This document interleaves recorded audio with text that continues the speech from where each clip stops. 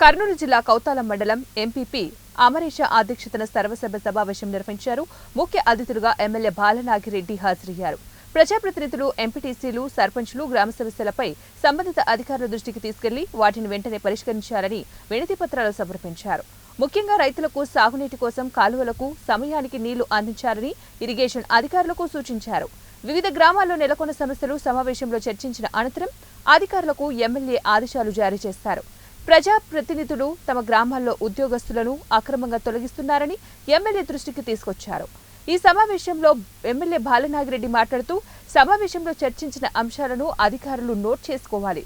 వచ్చే సర్వసభ్య సమావేశంలో ఈ సమస్యలను పరిష్కరించి నివేదికలు అందించాలని మరియు రాజకీయాలు చెడకుండా మానవతా దృక్పథంతో మీరు విధులు నిర్వర్తించి అందరికీ కూడా న్యాయం చేయాలని కోరారు.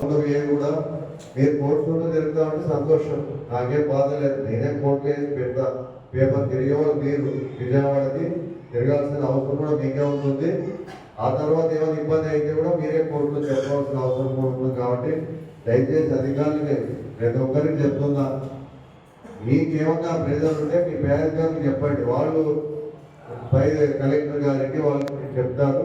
తప్పకుండా మీరు ఎవరో ఇన్ఛార్జ్ వాళ్ళు చెప్పినట్లే చేస్తామంటే మాత్రం కోర్టు గ్యారెంటీ కూడా ఈ సర్వసభ సమావేశం చెప్తున్నాను.